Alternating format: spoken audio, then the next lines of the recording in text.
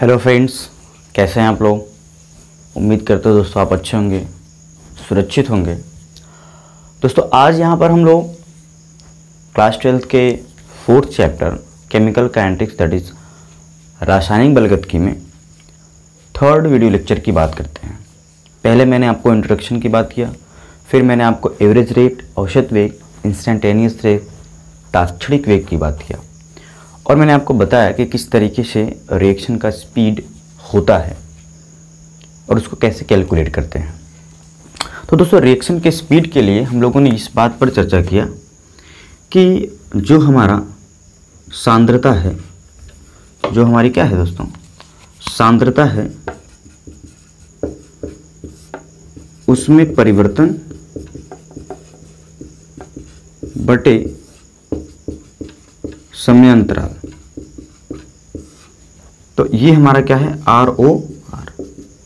ऐसे ही निकाला था दोस्तों हम लोगों ने, सांद्रता में परिवर्तन बटे समय अंतराल, और ये सांद्रता में परिवर्तन रिएक्टेंट और प्रोडक्ट दोनों के रिस्पेक्ट में अपन लिख सकते हैं। इस पर मैंने आपसे चर्चा किया था। अब दोस्तों यहाँ पर जो बात करनी है वो बात करनी है अभिक्रिया का वेग तथा रस समीकरण मिति में संबंध। अभिक्रिया का वेग तथा रस समीकरण मिति में संबंध, relationship between rate of reaction and stoichiometric of reaction. तो यहाँ पर दोस्तों जो देखना है वो ये देखना है कि कोई भी अभिक्रिया, चाहे वो रिएक्टेंट के रिस्पेक्ट में लिखी जाए, चाहे वो प्रोडक्ट के रिस्पेक्ट में लिखी जाए, यदि रिएक्शन बैलेंस है तो हम उसके स्टोइकियोमेट्रिक के अनुसार रिएक्शन को एक दूसरे के रिस्पेक्ट में बराबर पर लिख सकते हैं। जैसे यहाँ पर दोस्तों मैं आपसे एक छोटा सा उदाहरण लूँ, जैसे N2 + 3H2 से बनता है 2 अमोनिया। ठीक है दोस्तों, H2 + I2 से बनता है 2HI। इसी तरीके से आप देखिए CaCO3 से बनता है CaO + CO2। ऐसा तमाम से रिएक्शन है, तमाम रिएक्शन है। यहाँ पर जो कंक्लूजन मिलता है, जो हमको जानने को मिलता है कि इसका 1 मोल इसके 3 मोल से, इसका 1 मोल इसके 3 मोल से रिएक्शन करके इसका 2 मोल बनाता है, इसका 1 मोल इसके 1 मोल से रिएक्शन करके इसका 2 मोल बनाता है, और इसका 1 मोल विखंडित होकर इसका 1 मोल और इसका 1 मोल बनाता है। क्या ये बात हमको क्लियर हो पा रही है दोस्तों? चलिए, तो यहाँ की जो इन्फॉर्मेशन है, इस रिएक्शन का इन्फॉर्मेशन देखिए कि इसका 1 मोल इसके 3 मोल से अभिक्रिया करके इसका 2 मोल बनाता है, मतलब अमोनिया का 2 मोल बनाता है, 1 मोल N2 और 3 मोल H2। तो जब हम रेट ऑफ रिएक्शन इसके रिस्पेक्ट में लिखेंगे, N2 के रिस्पेक्ट में रेट ऑफ रिएक्शन लिखेंगे, तो ROR = delta N2 / delta T। जब हम क्या लिखेंगे, एवरेज रेट लिखेंगे। एवरेज रेट लिखेंगे तो बड़ा डेल्टा का यूज करेंगे। नेगेटिव साइन इसलिए यूज कर रहे हैं क्योंकि ये रिएक्टेंट है। इसके रिस्पेक्ट में लिखेंगे दोस्तों तो क्या लिखेंगे, ROR = डेल्टा H2/dt, ये लिखेंगे दोस्तों।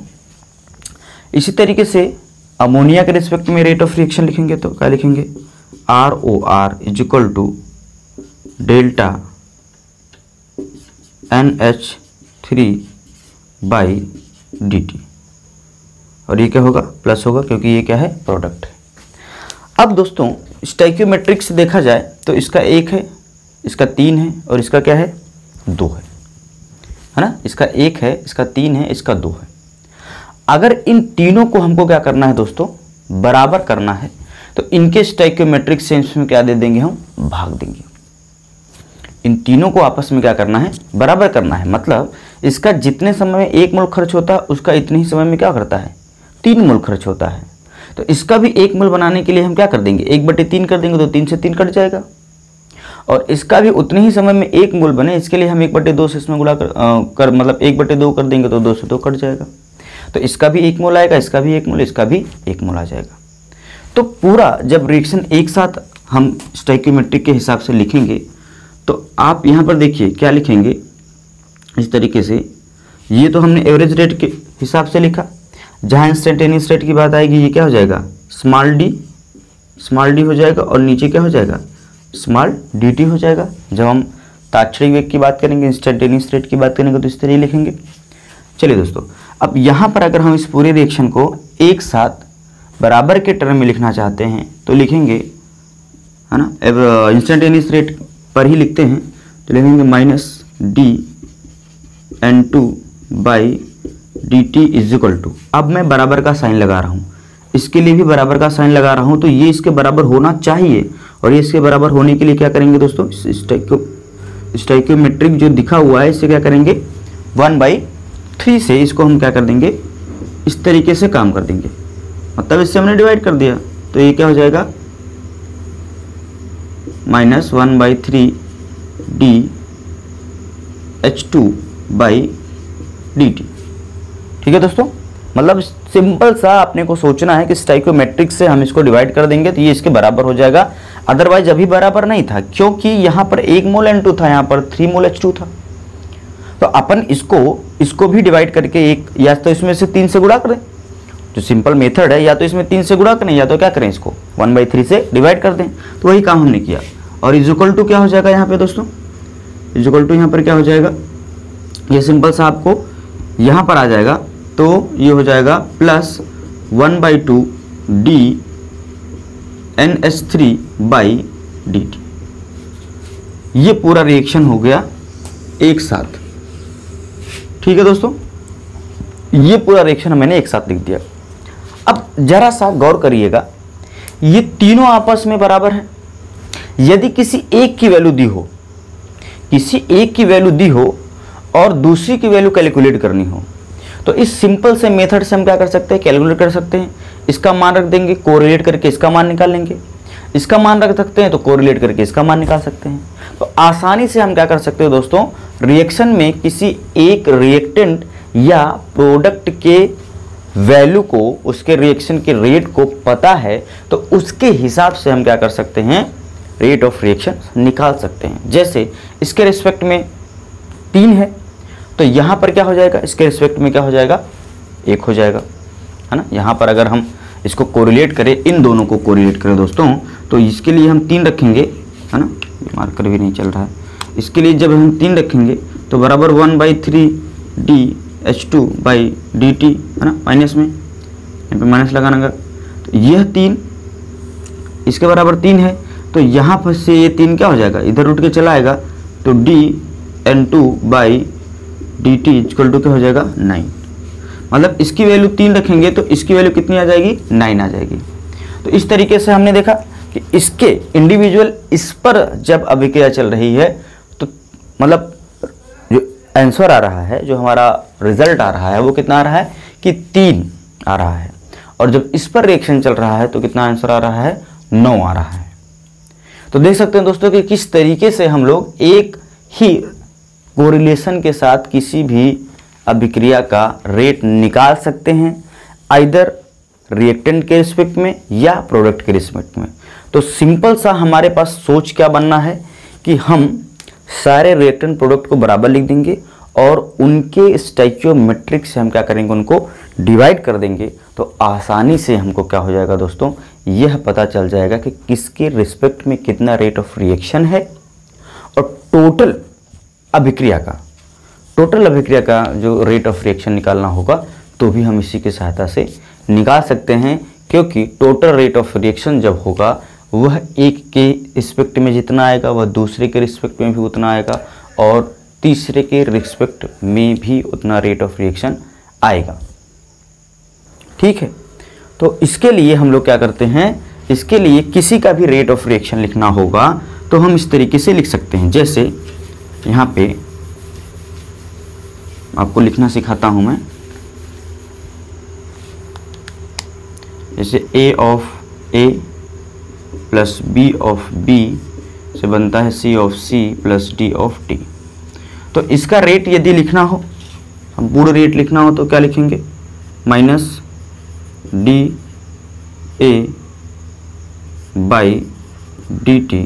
Divide by 1/A।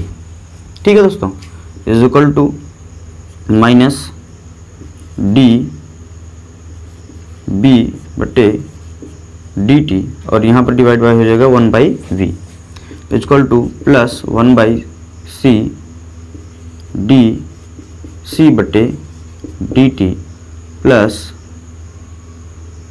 नहीं is equal to plus 1/d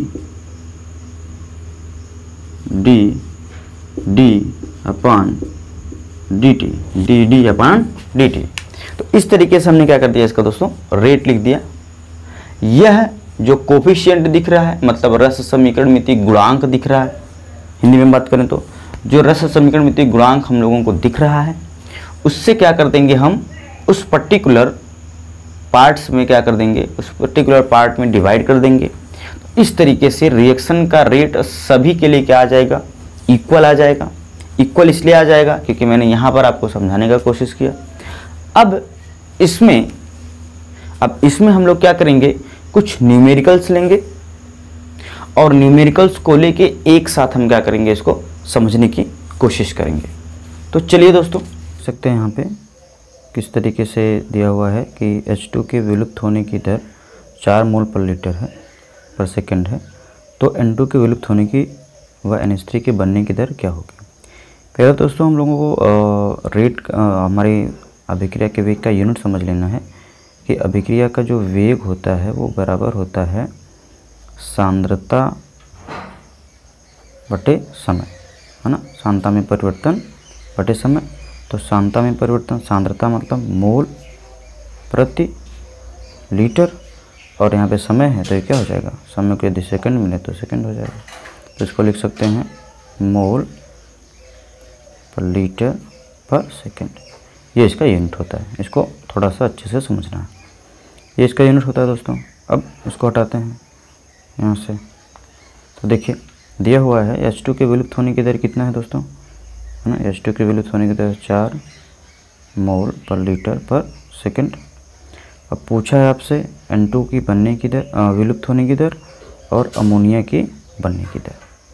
दोस्तों अपने पास रिएक्शन होता है N2 प्लस 3H2 से 2NH3 बनता है, यही बैलेंस रिएक्शन है। तो इस केस में हम लोगों को बैलेंस रिएक्शन ही लिखना ज़रूरी होता है। बगैर बैलेंस रिएक्शन लिखे हम इन चीज़ों को सॉल्व नहीं कर पाते हैं। ज़रा सा ध्यान दीजिएगा दोस्तों, यहाँ से जो स्टोइकियोमेट्रिक कोफिशिएंट दिख रहा है उससे हम लोग क्या सोच सकते हैं, उससे हम ये सोच सकते हैं यदि N2 किसी समय x मोल खर्च होता है तो उसी समय H2 3x मोल खर्च होता है और उसी समय अमोनिया 2x मोल बनती है। तो जब इसका हम रेट ऑफ रिएक्शन मतलब इसका विलुप्त होने की दर लिखते हैं, इसके विलुप्त होने की दर लिखते हैं तो माइनस dN2/dt, और इसका हम लोग विलुप्त होने की दर अगर यदि लिखें तो क्या लिख सकते हैं, माइनस dH2/dt ये लिखते हैं, और इसका लिखते हैं प्लस dNH3/dt। अब यहाँ पे ध्यान क्या देना है दोस्तों, यहाँ पे हमको ये स्टोइकियोमेट्रिक का फैक्टर नहीं लाना है। यहाँ पे अभी इसका विलुप्त होने का दर, इसका विलुप्त होने का दर, इसका बनने का दर अलग अलग है। लेकिन जब इसको हम एक साथ लिखेंगे, अगर हम ये लिखेंगे dN2/dt is equal to dH2/dt, तो इसको हम बराबर नहीं लिख सकते हैं। बराबर नहीं लिख सकते हैं दोस्तों क्योंकि यह इसके बराबर नहीं है। लेकिन यदि इसमें हम 3 से डिवाइड कर दें, क्यों, क्योंकि जब ये x मोल खर्च हो रहा था उसी समय ये 3x मोल खर्च हो रहा था, तो इसको हम 3 से डिवाइड कर देंगे तो अब इसको हम बराबर लिख सकते हैं। तो इसीलिए हम इसको यहाँ पे 1/3 लिखते हैं, ठीक। और यहाँ पर 1/2 अमोनिया के लिए लिख देंगे, तब ये चीज़ें दोस्तों बराबर हो जाएंगी। तो निकालने का तो हम जो अपने सवाल को यहीं से निकाल सकते हैं कि यहाँ से ये क्या विलुप्त हो रहा है, कितना, इसका स्टोइकियोमेट्रिक कोफिशिएंट को देखते हुए N2 प्लस 3H2 से 2NH3 बन रहा है। इसके विलुप्त होने की दर, हाइड्रोजन के विलुप्त होने की दर कितना है, 4 मोल पर लीटर है ना, कितना है 4 मोल पर लीटर है। अगर इसके विलुप्त होने की दर 4 मोल पर लीटर है, मतलब 3 इसका स्टोइकियोमेट्रिक कोफिशिएंट है, उसके लिए 4 होता है, तो 1 के लिए कितना होगा, तो